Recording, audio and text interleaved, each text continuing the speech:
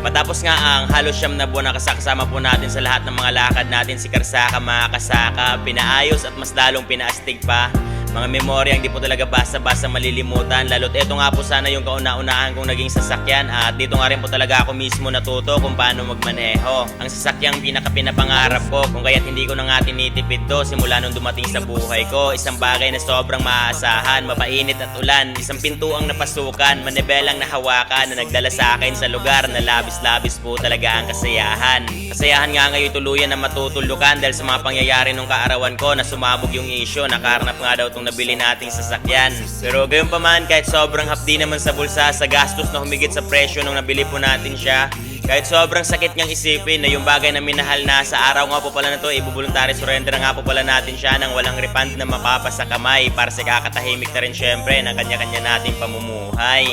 At ito nga po pala mga kasaka, matapos nga pala natin mawashingan si Karsaka for the last time, ay binomba nga pala muna natin siya at minaneho na nga rin po pala natin sa panghuling pagkakataon papunta sa HBG office para i-voluntary surrender nga po pala natin si Karsaka. At bago nga tayo mag-surrender eto, magpapatulong nga pala muna tayo dito ngayon kay Attorney para sa mga legal papers for voluntary surrender na paperman na rin po natin nang sa gayon imalinaw at may mga legal papers po talaga tayong mahahawakan. Patunay na isusurrender nga po pala natin ngayon si Karsaka at bahala na yung may tunay na may-ari neto yung kukuha kapag may kompleto na sila mga papeles na madadala.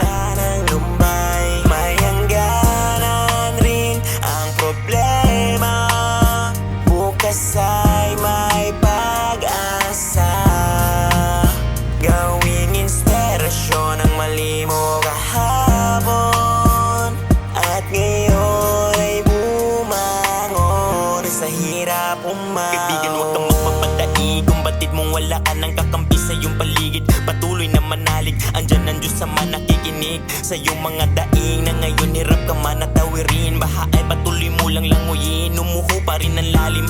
Agos sunurin, walang problemang binigay na hindi kayang lutasin. Sinadya para lalo kang patibayan, buhay ay huwag itilin. Lalala lang ang problema, mas masasaktan sila. Kaibigan at pamilya na sa'yo ay umaasa, kaya pilit mong kayanin. Umahon ka sa lalim, kumapa ka sa dilim. Pilitin mo sipatin, aninag ay hanapin. Pamilya ay isipin, parang suntok man sa hangin. Basta patuloy lakarin, pangarap mong natigil ay matutuloy pa rin. Di pa huli ang lahat, magwawagi ka rin. Marami mang hamon ang buhay, piliin mong laging magpakatibay.